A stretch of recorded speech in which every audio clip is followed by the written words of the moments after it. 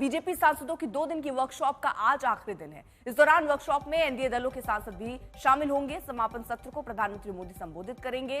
जानकारी ये कि बीजेपी सांसदों को 9 सितंबर यानी कल होने वाले उपराष्ट्रपति चुनाव से पहले वोटिंग की ट्रेनिंग भी दी जाएगी। इससे पहले रविवार को ये शुरू हुई कार्यशाला में प्रधानमंत्री मोदी शामिल हुए। इस दौरान वो हॉल में सबसे पीछे की पंक्ति में बैठे थे।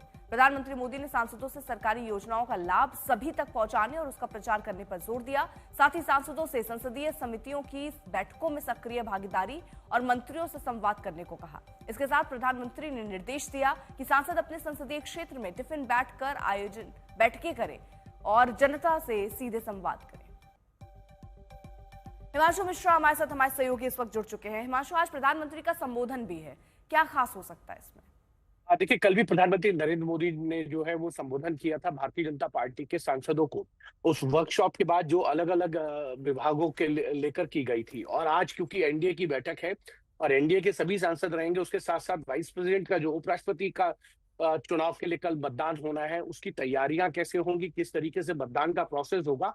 क्योंकि कई बार ऐसा होता है कि जब राष्ट्रपति या उपराष्ट्रपति के चुनाव होते हैं तो कई वो वोट जो है वो इनवैलिड हो जाते हैं। और इसी चीज को बचने के लिए जो है दोनों ही तरफ से चाहे इंडिया ब्लॉक हो या एनडीए, वो अपने अपने सांसदों को जो है इस पूरी प्रक्रिया के लिए एक डेमोन्स्ट्रेशन देने वाले हैं। उसके बाद प्रधानमंत्री नरेंद्र मोदी का संबोधन होना है। कल प्रधानमंत्री नरेंद्र मोदी ने कई विषयों को जो है पार्टी के सामने रखा था। उन्होंने कहा था कि आपको इनोवेटिव आइडियाज लेके आने चाहिए।